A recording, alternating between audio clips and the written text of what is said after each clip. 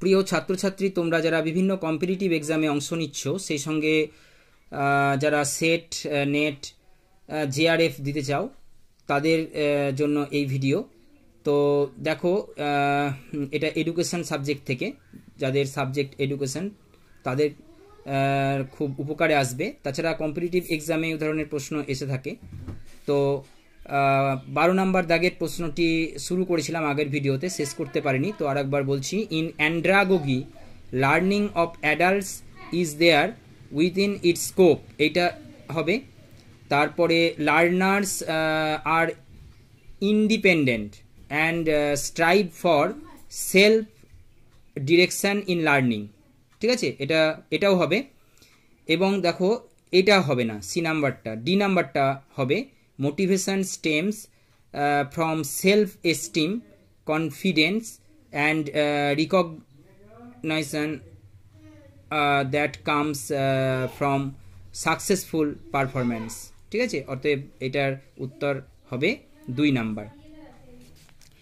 Next দেখো, এখানে রয়েছে given below are two statements. One is labeled as assertion and the other is labeled as reason. Assertion এবং reason দেওয়া রয়েছে, এইখান থেকে তোমাদেরকে প্রশ্নের আনসারটা করতে হবে। তো assertion এ কি রয়েছে দেখো, through ex post facto research, এটা খুব ইম্পর্টেন্ট একটা প্রশ্ন, examines cause and effect but it is not part of experimental research. Experimental রিসার্চের অংশ নয়, এটা বলতে চাইছি আর কি।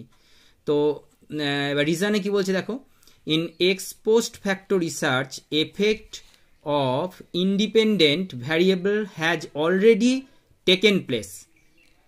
তো in the light of the above statements choose the most appropriate answer from the options given below. এই প্রশ্নের উত্তর অবশ্যই 1 নাম্বার হবে।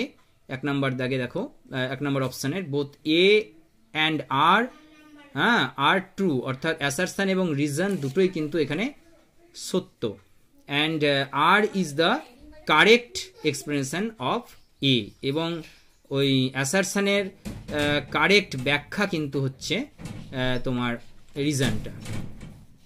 তো প্রশ্নের উত্তর তোমরা পেয়ে গেলে। Next 14 number, the test retest the split half, the equivalent parallel form and the rational equivalence methods are used for the assessment